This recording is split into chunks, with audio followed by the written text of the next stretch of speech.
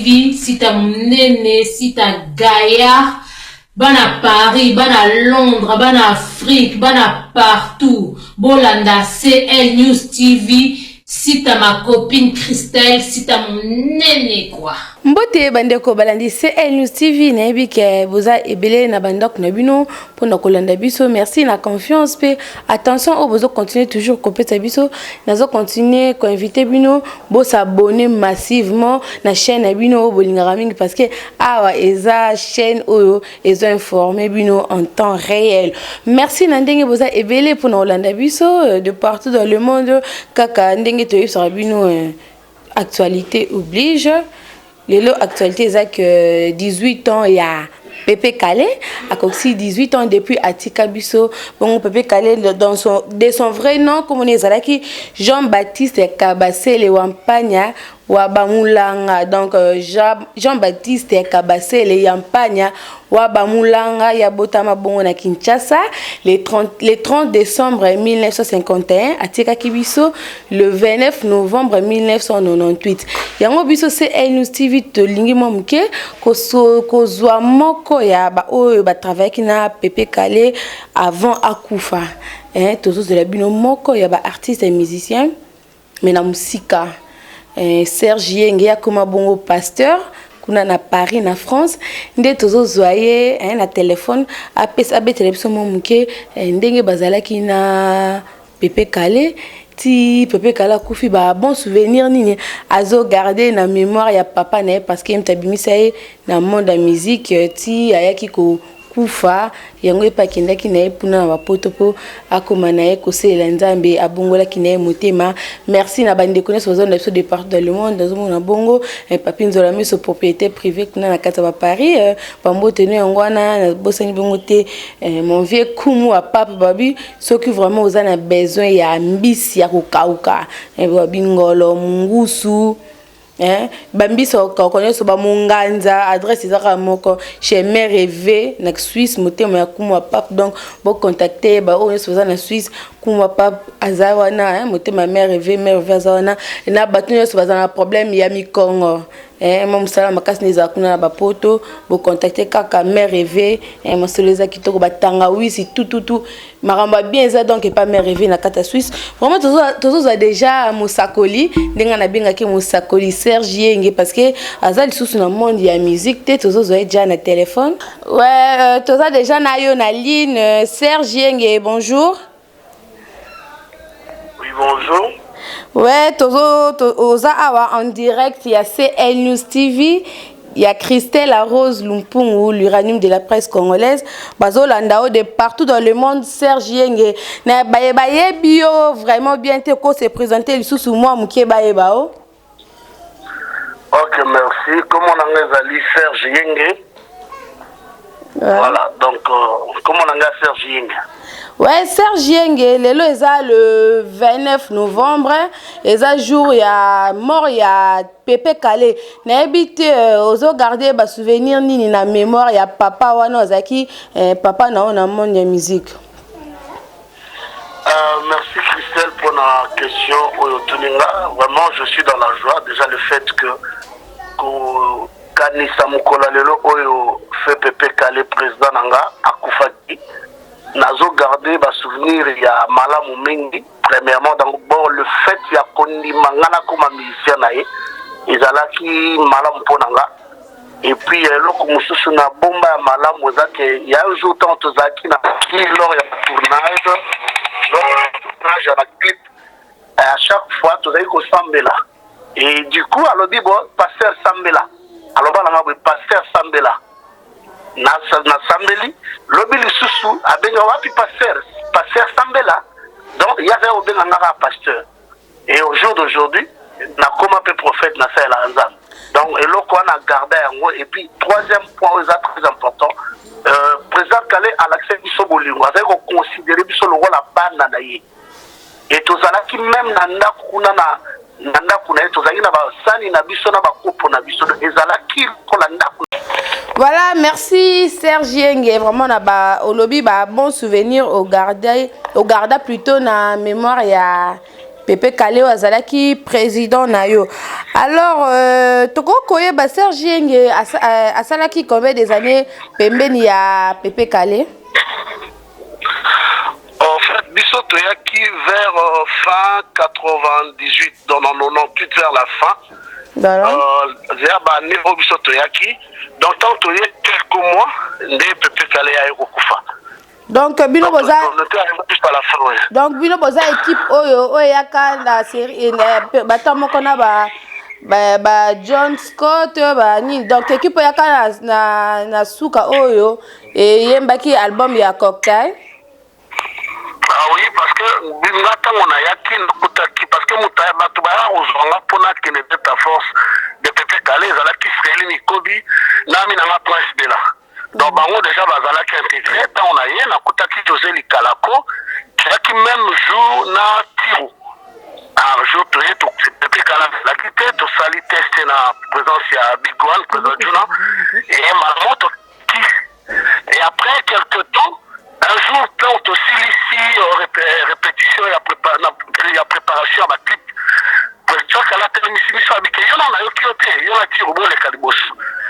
c'était pour la toute première fois de Pepe Kale. Puis sans guitare, sans drum albi, c'était là.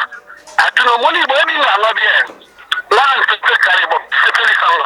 Oh là là, Pepe Kale, il fallait yemba. N'a obligé na yembi. Abeni Freli, abi yemba mzembo, yemba tango sala test. Ayembi to yembi la Freli. C'était comme ça. Donc ezalaki pour nanga un bon souvenir parce que quand la sikoyemba la souka pour Pepe Kale me la pena masanga ta 5 ba me la school. Donc tango sala ki test. Donc tango sala ki test, sala ka Pepe Kale vraiment plaisir et à trop. Donc tant au sala qui teste na donc oyemba ki liboso ya Pepe Kale sala ka vraiment plaisir ya trop. Oui, parce que tant on a yembi présent Juna azana Birmingham azakte moi tant na sisi ko yemba na suka abisi dans ce bisomo Aminata lobi bonanga masanga mona asali na plaisir. Donc na yemba ki teke ne na yemba ki acceptela ki na lolé na yemba ki na volanga. Mais comprendre par la suite. Donc pour moi c'était un choc de voir un monument comme Pepe Kale apprécier une voix d'un minuscule jeune ou un talent. Donc pour moi ça m'a affecté, ça m'avait affecté. Dans la garde comme à mon plaisir, il n'y a pas de vrai. Voilà Serge Yenge toko koyeba yo pe oyembaki na kati ya Cocktail to yo binaki parce que le bébé qui na fait 98 Pepe Kale pe kufaki na 98 toko koyeba yo pe oyembaki to o participaki ka juste na ba clip malgré que zaki membre de Delta Force. Quand on va recruter Kibiso, quand on fait la test na Delta Force, en fait biso to na tête en pile bakubate. Nous on était un groupe à part, tout ça qui groupe à part. Tout ça qui groupe, moi peut-être il faut renforcer Empire Bakuba. Tu écoutes déjà, basi ici studio, basi ba voix. Donc tu courras sur voix parce que le bakitu ba grand. Alors maintenant il fallait te passer sur le plan scénique. Il fallait qu'on crée ce qu'on a idéologie, comment est-ce que tu crées ma stratégie à clip à l'aide de Big One sur mon bafou. Et puis le fond pas là qui et puis biso peut-être pas jeune tout ça là qui voilà. Donc tout ça on a combo tout mon tapé c'est biso combo Delta Force ça Big One sur mon bafou. Delta Force et qui est très bon. Donc déjà le travail est déjà fait. Biso ce que tu veux compléter ta partie scénique ça va clip tout réaliser va clip va chorégraphie. Donc complémentarité de ça qui Cocktail et les alaki. Voilà Serge Yenge tozo bazolando de partout dans le monde Chimène qui a la zolanda yo kuna ba Paris côté ya ba Bibishka Bishi na ba Jilis Ngoyi bazalaka kuna na Saint-Denis vraiment na pesi bango bambote. Alors tant où Pepe Kale kufaki ozaki mutasika oye car na 98 soit na mbala moko Pepe Kale pa kufi ba impression na o ezalaki ndenge nini oye ka mouvement sika et puis tout à coup président Ekokufa.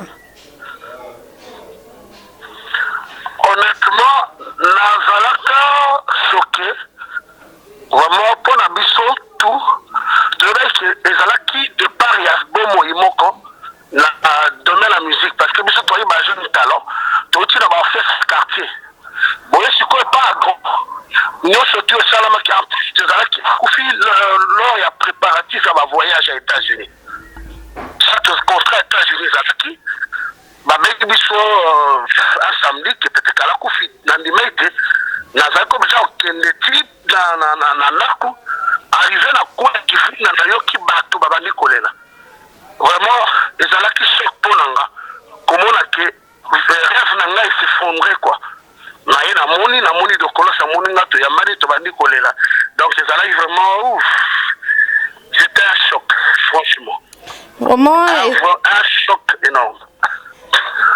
Vraiment, ils allaient qui choquent pour Nabino Mosakoli, ngana obengo Mosakoli prophète.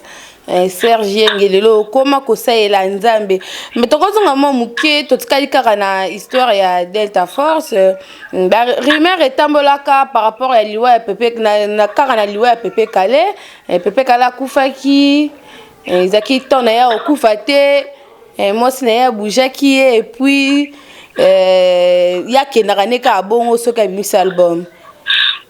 Après, tu as dit que les sous Pepe Kale a initié qui ba ne nyonso no. Avant Koufa initié qui bango na science occulte alors ne salaka que Serge Yenge a bongola ne motema. Tu ebite ko soko koloba makamba ne za ya solo to ezakaka bilobela bato mokili. Bon en fait eloko zala malamu na kati ya bongo ya moto ko témoigner za malamu. Omoni Ecclésiaste chapitre 14 verset 7 lobby au jour de bonheur réjouis-toi mais au jour de malheur réfléchis. Omoni via muto zalata ta 2 jours mukola botama et mukola kufa. Manière lolenge muta kufela zamba yebi nga kolo bate ndenge to saboye batu balanda kina opesa na za ko affirmer loko moko boye pona na ebitete. Moi tout ce que je sais de Pepe à Koufaki. Le reste là, je ne saurais pas vous dire comment est-ce qu'il est mort et le pourquoi. Et là, on a gardé à Malam, on a témoigné aux Zaki Malam. Côté obscur, on a témoigné parce que nous avons la maîtrise dans notre côté, la certitude dans notre côté. Voilà. C'est ce que moi je pense qu'il est le vélo à Malam. Voilà. Merci Mosakoli Serge Yenge parce que on répondre à biso bien la réponse non vraiment répondre bien mais Serge Yenge ça va témoignage né qui azalaki mutu ya science occulte na ba église mususu biso to ebité ngana na kenda te meteo ka ba témoignage na ba église ya Kinshasa au Serge Yenge salaki azalaki initié na monde de musique yango dem te salaki ke abongola motema. On a habité ce qui m'a comme ça solo tu es locuta. En fait là on le baboye là tout ça comme ce qu'on a vu mi balé donc nous avons la vie de Pepe Kale privé nous avons la vie de l'orchestre et la vie de Serge Yenge. Voilà. Donc à ce qui me concerne moi personnellement na osepela moko ya mangana émission na yo tout na sur ma conversion na oyebi so parcours nanga mais tout ce que moi je sais na katia Delta Force j'étais le seul musicien au Pepe Kala qui continue à assembler là. Il y a présent le pasteur. Maintenant, il y a pasteur. Donc, ce que présent déjà, Banaki Komona, que vous avez déjà la don, on a causé la Nzambe, mais il y a une comédie musique et puis Serge Ngazaki déjà la don, on sait la Nzambe. Bah voilà, parce que là, tu fais un qui te remet au Sambela. Maman, c'est un yacht Sambela. Na Sambeli. Moukolou Moussa Bengabi. Na fait qu'on traîne quand on a couloir avec ma côté la chambre pour ton sambabi. Bon ben la passer, il m'a ben oh passer. Ya ensemble. Donc président ben la passer. Donc to comme la passer mais to bota ma déjà mon salanzam. Donc moi je pense que vraiment le bébé zama pas Pepe Kale. Voilà mais on a moni comme témoignage pour na couper sa image à Pepe Kale, ya malam on a yebi. Je pense. Voilà, merci somme taku fifoka ko garder image ya malamu toko koye babino kuna boza kuna na Paris na France lelo eza jour ya liwa ya Pepe Kale boza organiser ndenge ni malgré tout comme na déjà Moussa Nzambe mais oleka quand même na nzela wana toko koye basuki bo osali organisation ya ndenge ni. Bon là personnellement na sala baptême de mort na yebi kak président Kale azalaki mutu malamu nalobaka nzambe merci parce que prophétie oyo lobaki na jardin de Dieu ekokisami. Eza temps na ye, il a fait son temps, il a tout fait, il a été honoré, décoré, élevé, et à la fin, il a laissé les terres des hommes. La seule image que je garde de lui, c'est le bienfait qu'il a fait. En fait, le fait de nous considérer, nous, en état ignorant, vu carrière, sa carrière, mais à considérer qu'ils sont. C'est déjà la meilleure des choses. Donc, ma organisation, Salami, n'a évité, je n'ai pas aussi été contacté, mais Nazaka n'a souvenir, voilà, donc, je m'organise pour l'ensemble de mon collègue. Il y a mon président, il y a mon père arraché, mon président. Donc, c'est ce que je peux dire. Voilà, merci Serge Yenge. Tokoto mutuna moko tontoye basoke sala kondeni parce que Empire wa Kuba ezalaki vraiment orchestre moko ya munene mais na sima liwa Pepe Kale Empire vraiment était na lisusu te 18 ans yango yo. Attends que yo ozalaki ozasu na monde wana te mozalaki na monde de musique au santa ngo ndeni. Bon, au moni, là, tu as une école du ministère, professeur d'habitation et eschatologie à Zahar Koloba. Le vrai ministère, c'est lorsque l'homme part, l'histoire reste. L'histoire est plus au cas d'Ima, tant que ça m'a dit sur ton botomate. Tu coûtes tant que ça la bongo. Mais au moni, Moutounion, surtout, la Bible dit lorsque les autorités font défaut, le peuple tombe. Soit qu'ils ont Moutou et Zate, et là, tu es Tikalazo, et quoi.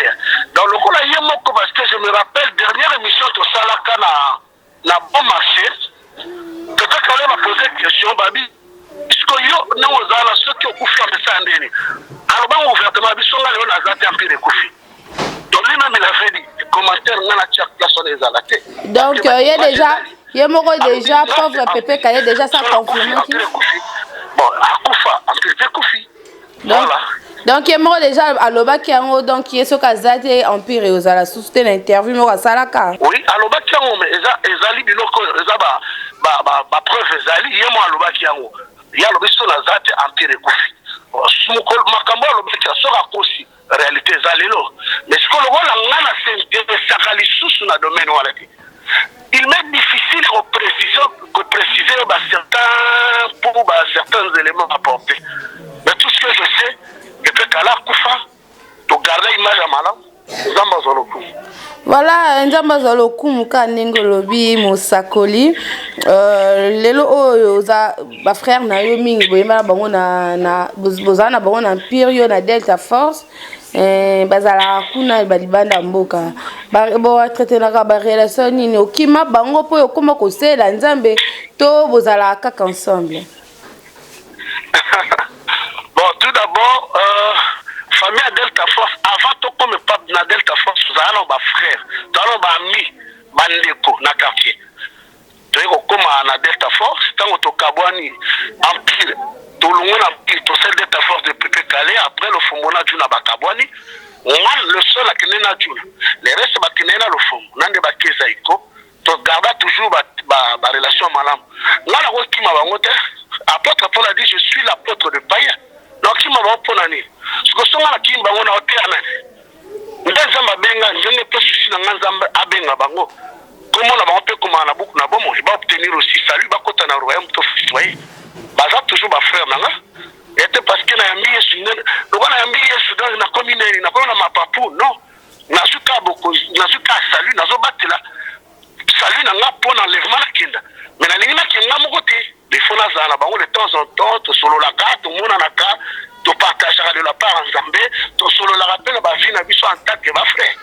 Donc, sur ce point, problème est à la raté.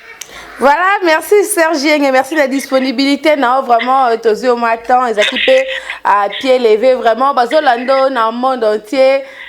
Au Kolobani, il y a bande connu sur Bazolando, on a bande connu sur P. Et la famille à Pepe Kale, Bazolando de partout dans le monde. Au Kolobani. Bon, et là, qu'on a la Kolobakaka dans le monde entier que Jésus Christ Azoya.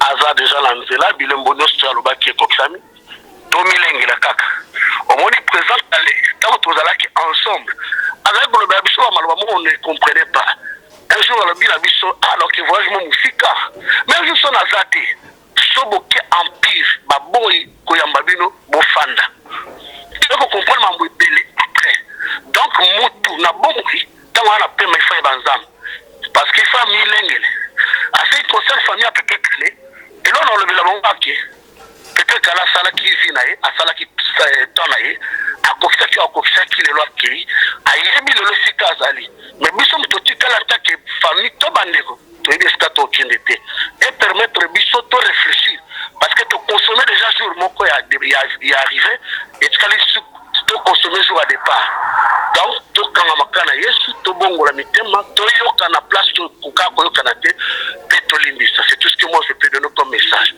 Voilà, merci Serge et merci la disponibilité. Tu as vu que tu as les sous qui nzambe akobate la tango koya Kinshasa, tu as vraiment l'interview na yo, ya bien pour aussi la biso pe moi mukie témoignage na yo ndenge obongola motema okoma pe kose la nzambe. Merci vraiment biso totiki yo.